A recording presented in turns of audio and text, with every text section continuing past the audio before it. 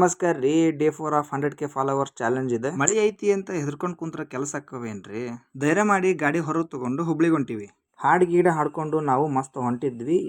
ಭಾಳ ಸ್ಪೀಡ್ನಾಗ ಒಬ್ರು ರೈಡರ್ ಹೋದ್ರು. ಯಾರು ನೋಡೋನ್ ತಡಿ ಅಂತ ಹೋದಾಗ ನಮಗೆ ಗೊತ್ತಾಗಿದ್ದು ಇವರು ಪ್ಯಾನ್ ಕ್ರೂಸ್ ಅವ್ರು ಅಂತ. ನಂಗೂ ಮೋಟೋ ಲಾಗಿಂಗ್ ಇನ್ಫಾರ್ಮೇಶನ್ ಬೇಕಾಗಿತ್ತು. ಹಾಗಾಗಿ ಅವ್ರ ಕ್ಯಾಮ್ರಾ, ಹೆಲ್ಮೆಟ್, ಫೋಟೋಸ್ ತಗೊಂಡು ಹೆಂಗೆ ಸೆಟಪ್ ಮಾಡ್ಯಾರ ಎಲ್ಲ ಚೆಕ್ ಮಾಡ್ಕೊಂಡು ಅವ್ರಿಗೊಂದು ಬಾಯ್ ಹೇಳಿದ್ವಿ. ಹುಬ್ಳಿಗೆ ಬಂದ್ಮೇಲೆ ಹನುಮಪ್ಪ ನೋಡಂಗಾತ್ರಿ. ಸೀದಾ ಸಾದಾ ಹನುಮಪ್ಪ ಅಲ್ಲ, ನುಗ್ಗಿಕೇರಿ ಹನುಮಪ್ಪ. ಆಂಜನೇಯನ ದರ್ಶನ ಮಾಡಿಕೊಂಡು ಒಳಗಡೆ ಎಲ್ಲ ಸುತ್ತಾಡ್ಕೊಂಡು ಬಂದ ಮೇಲೆ ಭಾಳ ನೀರಾಡಾತ್ ಮನಸ್ಸಿಗೆ.